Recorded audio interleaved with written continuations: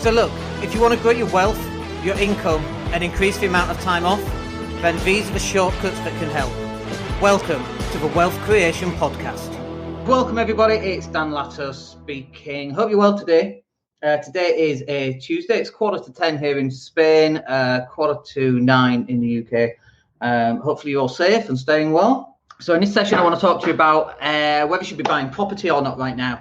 So obviously property prices are going up significantly, it would seem, and kind of wonder, is this a bit of a bubble? Are property prices then going to retract later on once the stamp duty freebie has been lifted? You don't need to pay stamp duty right now, and so it's just forcing through a lot of transactions. And obviously the answer is yes, but a bubble is something that then contracts after the event, and so is it actually going to contract or not? I have no idea. And I'm in a couple of dividend investing groups on Facebook, and they're all talking about stock prices. Is now the time to buy? And it's like, these are amateur investors, and amateur investors will always discuss where you are in the cycle. Like, they'll always try and time the market. And I know from personal experience that in trying to time the market, you invariably get it wrong. Just try trading Forex. I mean, I should give out Forex tips and you guys go and do completely the opposite. You'd all be millionaires by this afternoon. We lose so much money on Forex. We're on 10 pence a pip, and sometimes it goes great and usually it doesn't, right? But Forex is all about trying to time the market with all sorts of indicators, and invariably we get it wrong. The professionals get it wrong. Most people get it wrong. That's why you have small risk sizes, which is what we do. But we get it more wrong than we do more right. And then this also comes down to, whether you can tell if somebody's lying. And the way that you can tell if someone's lying is they have a little twitch, or they lick their lips, or they're looking up and right and up and left. And it's complete and utter bollocks. And police officers can't tell if you're lying, and no one can tell if you're lying. But everyone thinks you're really good at telling lies, spotting people telling lies, and the statistics show completely the opposite. And so as humans, one of the things that we're not very good at is reading into what's actually going on in the market. And I think one of the reasons for that is that we think we've calculated all the variables that are involved in making a decision. And invariably, there are more variables than we actually know about that screws up our decision-making process. So how, what's this got to do with property prices, and should you be buying, should you be selling, should you be holding off? How does all that affect that? So there's a couple of caveats here, of course, because there always is. The first caveat is, whereabouts are you in the cycle? And the second one is, what are you doing with the property that you're looking at buying? So do you remember, like 20 years ago, 15 years ago, the property doctor, Sarah Beanie, she was on, and house staging and making it look nice, and people would buy something, they'd do it up and they'd sell it. And one of my arguments back then, before we had social media, was that, look, anyone could buy, a goldfish could buy a house and it would go up in value and they would make money. What this did was it gave false positives to those people who were buying low, adding 20 grand's worth of value, and the property went up £20,000, or even worse, the property went up £30,000. We're like, yes, look, I've made 10 grand, aren't I? Great. And actually, it was the property market that carried them up there. And then, of course, we hit 2007, 2008, and then everything crashed. I had a mate of mine who had loads and loads of properties, all off plan.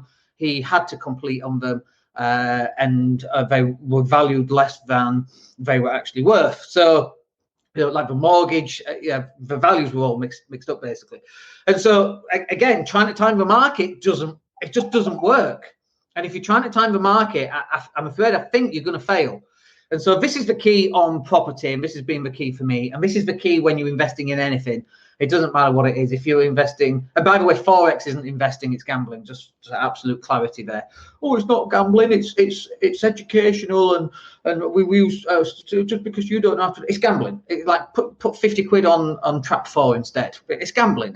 Put 50 quid on red instead of black on roulette. It's just gambling. That's what Forex is. Binary options. Is it going to go up? Is it going to go down? I don't know. One or the other. You do, I've done all my calculations, it's going to go up. Oh, it went down. Oh, it's gambling, right? Investing isn't gambling. And so this is the criteria that you need to start basing some of your decision making on.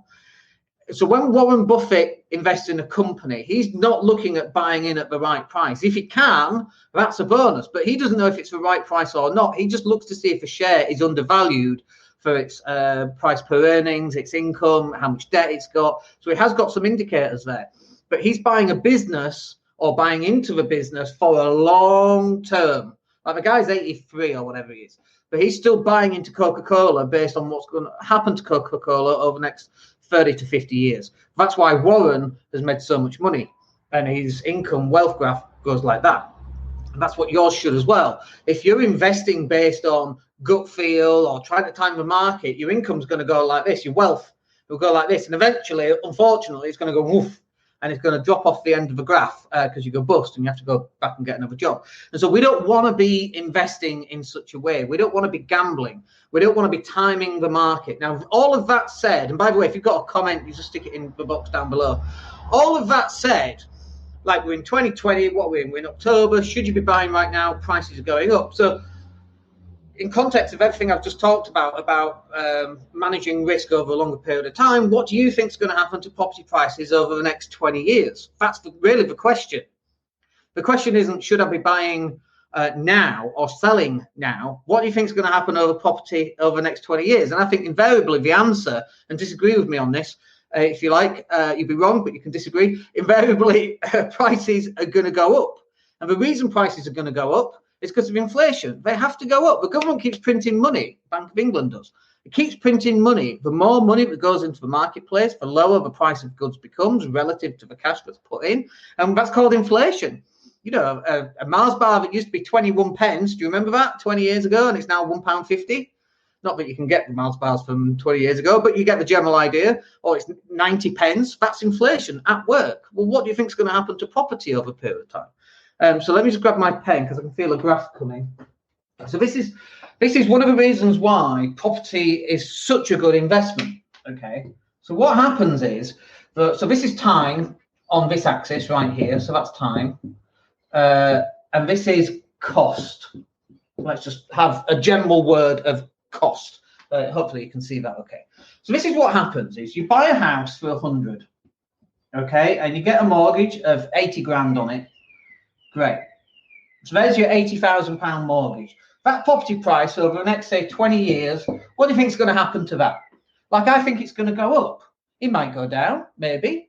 But I reckon generally, and the numbers will back me up on this, property prices increase over time. Yeah, it goes up and down, up and down, up and down, but generally it goes up and down. So actually, that 100 grand, the value, I should change that word to value because that's different than the word cost. Value. This one is going to go up like that, right? This is the 20-year mark. Look at that. Now your £80,000 is still 80 grand, except it's not, because the value of a pound coin is less every year. So actually, relative value of 80 grand in 20 years' time is not 80 grand. The value of £80,000 in 20 years' time might be £64,000. On paper, it's still £80,000. When you get your mortgage statement, it says, yeah, you borrowed 80 grand. But in 20 years' time, 2040, 80 grand is not worth 80 grand because the Mars bar that was worth £1.50 is now valued at £3, right? So your money is being eroded all the time. And so the property price, and bear in mind, this 180 grand here, let's say over 20 years' time, that 180 grand is also not worth 180 grand. It is on paper. You know, when you put your property up for sale and you get the estate agent's particulars, yeah, it's £180,000. But that is also not worth £180,000 because the value of the pound is eroded over time. Relative, that might be only worth 140 because of the spending power that a pound will give you because it's eroded due to inflation. This is what nobody seems to get.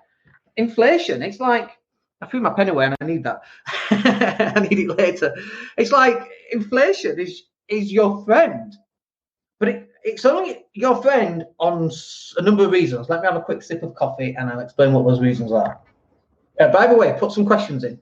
I'm more than happy to answer any questions. Now, by the way, I think about this all day long.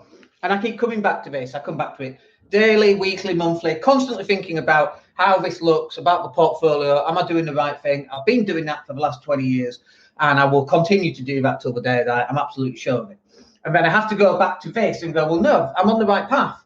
property prices are going up generally. They might not have gone up where I live in Leeds hugely, but just recently they have done. And what's interesting is that let me do it on the same graph. Let me do it on the same graph.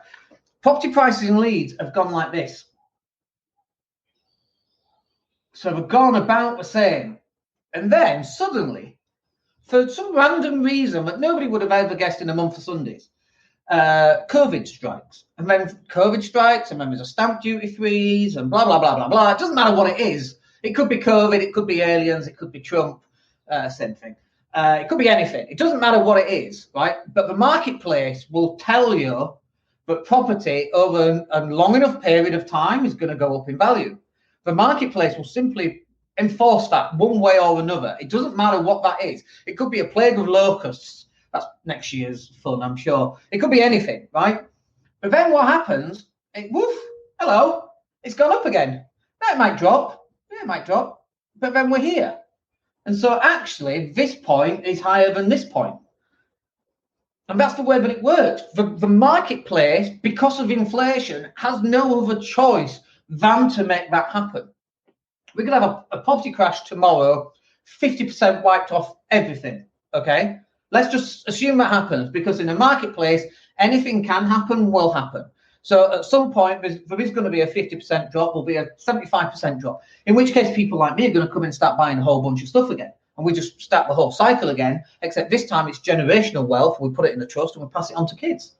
But this is the thing, the market will dictate what is going to happen here. But there's another aspect on your buy-to-let portfolio. So yes, property prices will increase over time. The value of your debt goes down over time. And this is the secret about inflation, is you have to own assets. If you haven't got an asset and all you're doing is working, you're going in line with the inflation. That is it. Your net worth, your value, it might sound more because a Mars bar in 50 years is £1 million. Oh, I'm a millionaire. What can you afford? I can afford a Mars bar. So yeah, at some point in the future, that is what's going to happen. But that's just on paper. You need to have assets in the game. That's what's going to make you wealthy over a period of time. Now, it doesn't matter if those assets are gold, silver, deck chairs. It doesn't matter if it's property. It doesn't matter if it's Bitcoin. It doesn't matter if it's stocks and shares. It doesn't matter if it's pens or cups and mugs. You've got to have asset. You've got to have stock of something. You've got to own something. Okay. Now, obviously, pens is not a great asset. It's not income generating and it degrades over time. Mugs, probably not. Deck chairs, probably not. Don't know where I got that from. It's not a great maintenance of wealth, because it erodes over time. Luxury classic cars, 1958 Porsche or a Ferrari, let's use that one. A 1972 Ferrari is only going to go up in value, okay? I know cars would depreciate in asset, but majority of cars would depreciate in assets. Some of them aren't. Some of them increase in value. Ferraris go up in value. Crazy. And if you live in Spain, I mean, a 2001 Porsche 911 is like £25,000. That's ridiculous. You pick them up for 10 grand in the UK. It's just bizarre. Anyway, the secret to this is getting inflation busting assets. Let's just have a look. So there is a question, where to check the pulse of the marketplace and what it's doing right now. So the pulse of the marketplace is Rightmove. I'm assuming you mean in property. I wrote a post on my Facebook and I put it in the mastermind group earlier, and it was talking about West Point, how rents have dropped and values have gone up. There's a flat there for 94 grand. I bought mine, I think, for 63, going back a number of years. I was frustrated because they've gone up and then they've dropped to like 60. Do you know what I mean? 65, and now we're back at 94 again, right? The value in the marketplace goes up over a period of time. The marketplace has to dictate that. But I know intimately what the rents are and what the prices are, because I look at them every month, and I look at all my properties every month, and I compare with what's coming on the marketplace, because I want to know what's happening and when. So that's how you keep your pulse on the marketplace. Unfortunately, people, they look at it once 5 years ago, and and then that's it. And then they're going to look at Newcastle, and they look once, and then we look at London, and they look at Birmingham. I have no idea what's going on in Birmingham, and I have no idea what's going on in London. I don't invest in any of those places, so why would I? What I do and my kids would laugh at the fact I've said doo-doo, is 48 still. Anyway, so what I do is I look at my area that I might want to buy in, and I'm looking at auction houses, and I'm seeing what's coming on. And like some really cheap stuff in Bradford. You can buy a studio apartment for like £35,000 in Bradford. Like, would you? What sort of tenants are you going to get in there? Did that answer your question? My coffee's going cold, so I'm just going to finish it. Let me know. So these are property prices right here. But as you know, property prices in buy-to-let is only one side of a two-sided coin. The other aspect on this is that you've got rental prices. Now, if, and the rules are the same regardless. So the marketplace in property prices dictates that over a period of time, and we don't know how long that period of time is, but over a period of time, property prices have to go up, and they have to go up down to inflation. Okay? They have to, because we're printing money. Everything's getting more expensive. Inflation is what? 2%, 2.5%, 3%, whatever it happens to be. But with rents, it's exactly the same. The market will dictate what is going on. And people say, oh, rents can't go up anymore. We're already top. And that's just a ridiculous statement, an uneducated and ignorant statement, okay? And I see them all the time, and it makes me chuckle because I'm like, ha, ha, ha, ha, in my evil, Dr. Evil laugh. I'm like, if only you knew what happens with inflation. And inflation is the key to everything, by the way. It's just the key to everything. I was doing 20 grand a year going back 20 years ago, and what was I, 27? So when I was 24, 25, I was 26. I went from 15 grand to 100 grand. Was that in 4 years, from 26 to 30? And I remember getting to 20 grand and thinking, wow, this is a lot of money. And now, of course, 20 grand's nothing, is it? It's just not enough, How do people live on that? I actually ran through the numbers with my 15-year-old daughter to talk about the cost of living and look at what it actually costs to rent a flat and all the rest of it, so she can get it in her head and she knows where to aim for. But we look at these numbers now and they're tiny. Anyway, let's talk about rents. So what happens is the value today on a property might be, say, 550. Let's take one of those studio apartments in Leeds City Centre. They've now dropped, by the way, to 495. There's one property on there. Now, the thing about Rightmove, by the way, on property rentals, and you can test this yourself, is that when you see a property and it's on the market, that's a bit low. Have a look at when the property was uploaded, and then phone the agent up and go, is it still available? And I guarantee this property's been rented out. They just leave it on the market, okay, so that other people can see that particular estate agent has properties, and it generates phone calls, and will say things like, no, I'm sorry, that property's gone now, but we've got another one at 550. It's just the way that they work, the cheeky bastards. So just be aware that when you see stuff online, it's usually not true, okay? We definitely live in this world, don't we, where everything is just fakery these days. It's just bizarre. Like, there are some people who are in the property training space who just lie. I saw one last month. He spends £250,000 a month on Facebook ads. Oh, really? It's funny because that seems to be more than your revenues. That's very bizarre. It's the internet. It's 2020. It's what you're supposed to do. It's the government. Look at Gove yesterday lying about when we leave the EU, our security will be much better because finally we can take control. And Theresa May was like, what? How's that supposed to work? Very funny. But Gove lies, government lies, Boris lies, everybody bloody lies, and estate agents lie when it comes to properties on the market. So let's say 550 over a period of time. This is what happens. We have inflation, okay? So why is this important? So the value of somebody earning £20,000 over 20 years, they're not going to be on £20,000, 20K for the rest of their life. If they do the same exact job, let's do it down here because I need to go up in value. If they do the exact same job, that it's going to be worth 25K. They've not got pay rises. They think they have. But all that's happened is inflation shoved that same job, same minimum wage, same whatever it is, to 25 grand. It's exactly the same. It buys the same amount of goods and services as 20 grand does, except it's 20 years on and inflation has eroded it away. Inflation, guys. Can you spot the kind of common thing here? So what happens to this? Well, if he can afford more at 25 grand, this is what happens, okay? Let me get rid of that because I don't want to confuse you. So the 550 a month, do you think that's going to go up in value as well? Yeah, and now it might go in line with inflation. This is where supply and demand comes in. It might go in line with inflation, but I don't think it does.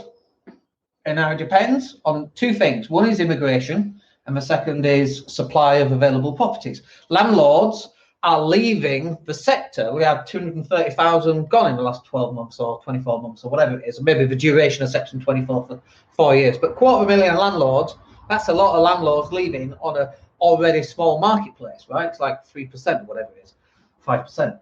Like 5% of anything, it's a big amount, okay? But this 550, it generally goes like that. Now, it's not going to go to 25 grand. This is a different scale. But that's going to be worth maybe 795 in 20 years' time, which is what, a 25% increase? That's not even accurate. This is going to be worth more like 850 or 895, probably. It's like a 40% increase over the next 20 years. Absolutely. Inflation, and this number, by the way, is probably wrong. In 20 years, that is more like 45 grand. Like if you did 3% increases for 20 years and compound it, so, you know, £20,000 plus 3%, whatever that is plus 3%, whatever that is plus 3%, that's compounding, right? So this is shooting up. Now, what about your mortgage on that 80K that we talked about previously? That £80,000 right here. This is going to be, what, let's say it's £250 a month. Okay, what happens to that? Now, assuming interest rates stay the same, which is not going to happen because we know that about here, 10 years in, maybe from here, interest rates are going to start going up. Okay, but what happens? Let me do it here so it's more realistic. What happens to that 250? Well, that might be worth, you know, because the interest rates have gone up. That's 395, let's say. What's the difference? £500, £250, £300. That's the difference. This is why the rich get richer, because the rich are investing. The £80,000 still stays the same. And let me just keep interest rates the same because it can be confusing otherwise, I always think. Let's just assume interest rates never change. Obviously, we know that they do, but this is it, £250. So the gap, and this is what we're talking about. This is why inflation is so important. We're talking about gaps. That's the only thing about inflation that you need to understand, gaps. 80 grand house, bought for 100, it's worth 100, it's valued at 100 today. The value of that is worth 180 grand in 20 years' time. Gap. This is what the inflation does. Inflation is like a wedge that sits inside, that fits into your asset, and it creates a gap between what you owe and what you earn. I'm going to say that again and write this down because this is probably one of the most important things you'll hear all day. Inflation is like a wedge. And when you slot it in, it separates the gap between what you owe and what you earn. And your earnings increase because of inflation, because the wedge is splitting the difference between what you earn and what you owe. This is what you owe down here. After 20 years' time, let's assume it's interest only, no repayment, interest rates stay the same, and we know that they don't, but let's just assume it. Right here, that's the difference, 250 to 895. This is why, for me, in the last 20 years, we've been invested for 22 years now, I think it is. 26 and 48, so it's 22 years. So right here, this gap, that might take 20 years to happen. But then what happens after that? Let's move it forward a little bit. By the way, if you've got any questions about this, let me know. This is gold stuff, gold dust, by the way. Like, no one teaches this, and it drives me insane. I see people going to happy clappy courses, and I love happy clappy courses. I love them. I miss them dreadfully right now. Going in, dancing like a twat. The happy clappy courses I used to do were all NLP based, by the way, not property. I can't do happy clappy property courses. But there are a couple of people out there that are teaching stuff, and it's like, come on, guys, you need to step up your game. But what happens now is, so let's say you get to a point where you bought enough properties, and let's just say you're doing £10,000 a month, and off that 10 grand, £2,000 is your income, right? you're making, so your rent is £10,000. Let me do this better on the graph to show you, because this bit's really important, and I need you to get this bit. The other bit about inflation is important. I mean, it's all important, isn't it? Let me cover this. So your costs is £8,000 a month, mortgage costs, service charges, insurance, fees, electricity, council tax, mortgages. So it's £8,000 a month. This is your income right here. That's your rent. So that's your rent. That's your costs. You're making £2,000 a month, right? We all agreed on that. Wonderful. Over time, what happens is, over a 20-year period, this £10,000 right here, what do you think that's going to be over the next 20 years? Do you think rents might double over 20 years? Maybe. I mean, inflation alone, again, we're back to £10,000 plus 3%, plus 3% on that, plus 3% on that. Times, you do that 20 times, that'll tell you how much that's going to be if we take inflation. But as we know, rents are not going up in line with inflation, certainly not recently. The marketplace is telling us what's happening with rents, and it's going up faster than inflation. Anyway, let's say this is worth, let's just make it easy. Let's say this is worth £15,000 in 20 years' time. This is the magic that I need you to get. So this has gone up over 20 years. Before, you were making £2,000. Here, you're making £7,000 every single month. Some people get to this point and they leave the job, and then they have this £2,000, and you should never leave your job too early. Then a boiler goes, and then another boiler goes, and then suddenly we've got no money, and the whole house of cards comes crashing down. You've got to watch that. But this is why you get wealthy in property, because it's all about cash flow. It's not about, oh, I'm a millionaire. It's bollocks. It doesn't make any difference. Nobody, you can't walk into McDonald's with your bank statement and go, look, I'm a millionaire. It doesn't even say it on your bank statement. It's an imaginary document, a profit, an asset and liabilities document that you've just made up on paper. There's no such things as millionaires, right? Unless you've physically got £1 million in your bank in property. And if you have got £1 million in the bank in property, what the hell are you doing with that? You're wasting 8 to 10% a year. It's costing you £100,000. Why would you do that? It doesn't make any sense. So the key with property is not to be a millionaire. It might sound good. It might make you feel good in some way. It might be an ego boost. I'm a millionaire. But no one can tell. And no one can tell if you're a millionaire. I mean, I went to an event in Leeds. I was visiting Leeds because I don't live there anymore. I live overseas. I was visiting Leeds, and I went to an event, and it was two brothers who were getting a lot of press, shall we say, right now, for not exactly telling the truth, which is interesting. Two brothers from London. Anyway, I went in and we were chatting. I was sat at the back. I just happened to sit next to one of the speakers. I was sat next to the speaker chair. So one guy was up and I was speaking to the other. And he's like, "Oh, what do you do?" I'm like, "Oh, I got lots of property." "Oh, how much?" And we don't really share how much, but got at least £1 million worth of equity, maybe two. And he's like, "Oh yeah, a millionaire. Yeah. Oh, yeah, I'm a millionaire too." And I was like, "Really?" Like, just happened to sit next to another one. It's like, yeah, it's just complete bollocks, right? And who says that I am? What if property prices dropped 50%? Am I still a millionaire? Yesterday I might have been, but today I'm not. How does that even work? So in the story, I'm sat there in a Primark t-shirt, and my trainers, by the way, which I loved these trainers, I don't know why I loved them. They had holes in the bottom. And I got to this event, and I'm sat there at the back in my Primark t-shirt and holes in my trainers. I just thought it was very funny. But the whole millionaire thing doesn't make any difference whatsoever. What makes a difference is the difference between £2,000 a month clear and £7,000 a month clear. That's £84,000 a year. You can buy a brand new house, not a brand new house, you can buy a house every year, it's new to you, every year for the next 20 years if you wanted. And that cash flow simply adds on to this cash flow here. If you don't know where to buy an £84,000 house, go to Invest Leeds, and it's one of my companies, and we've got lots on there. And you can buy them. And all high yielding, a lot of them are tenanted. We've sold a lot in the last couple of months, obviously. And we're out dropping leaflets to get more and so. But this is the bit right here. But in order to get here, it takes time. and it takes buying properties regardless of whether prices are going up and prices are going down. So if you're buying like £94,000 property and rents are £500 a month, plus you've got service charges on that, it's like £100 a month.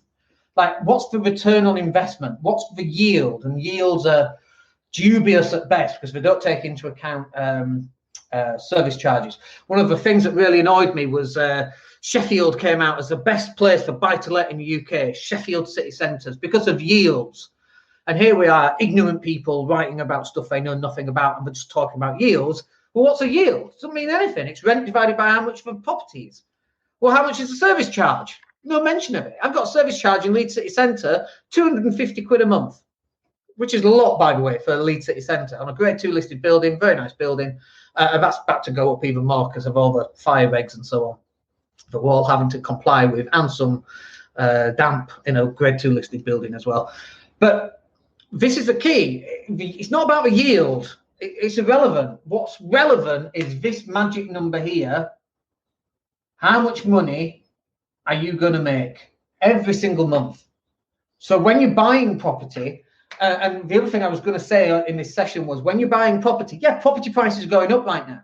That doesn't mean every single property on the planet or in the UK or in England or in Leeds, every single property is shooting up. That's not what that means, because you've still got distressed sellers. You've still got people who are going for horrific divorces because they've been cooped up together for 6 months.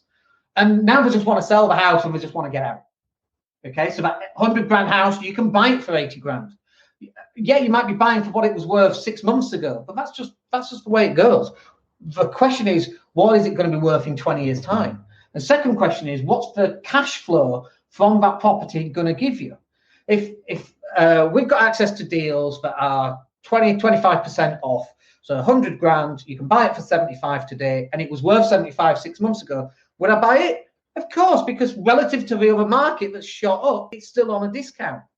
But again, those prices are all made up. What's the value of this mug? How much is that mug worth? That mug is worth whatever someone's going to pay for it. I don't know what it was worth, 15 quid or 10 quid or whatever it happens to be. I think my coffee's going to be cold. I don't even want to risk that. So this is why you've got to stop looking and thinking about what is the right time to buy property. Is it today? Maybe it's 3 o'clock. Oh, maybe it's a week on Tuesday. Maybe that's when the price is going to be at their lowest. How the hell do you know? How does anybody know anything? Prices are just a construct of our imagination anyway. It's a tesseract, a 5-dimensional tesseract. Nobody has a clue what it is. What is 100 grand? My economics teacher, Mr. Green, Scottish man, stereotypes about Scottish people popped into my head there. So Mr. Green, Scottish people, he was my economics teacher, and he would come in every economics lesson, he'd chuck out his money and he'd chuck it on the table and he'd go, how much is that worth? And literally every lesson, which is probably where all this came from. I hated this guy. He thought he was really good at basketball, kicked his ass several times. He stopped playing. But he'd chuck his money on the table and he'd go, what's that worth? And you'd look at about £1.72. And it was funny, Mr. Green, because he would be talking about, he'd do cash in hand jobs, teaching kids, cash in hand, £30 an hour. So it goes in my back pocket. Our economics teacher when I was 14. You're like, okay. But he would chuck his money out. He'd go, what's that worth? And the price of that money is what it's able to buy, and that is it. So the value of a property is what someone is prepared to pay for it. And again, it's just a construct that we've made up. If you're buying it for 80 grand today and it's worth 180 grand in 20 years, what even does that mean? It doesn't mean anything, right? And so then we're talking about the value between what that gets you. The difference between 80 grand and 180 grand is not £100,000. That is an artificial construct that we as a society have made up in order to do trade, because it made it easier to buy a property with money than it did 88 donkeys and 4 sheep and 3 cows and 2 ducks. Like, that's all money is. It's just a construct used to transact. And so when we talk about property prices, so 80k here and 180k there, it's an artificial construct.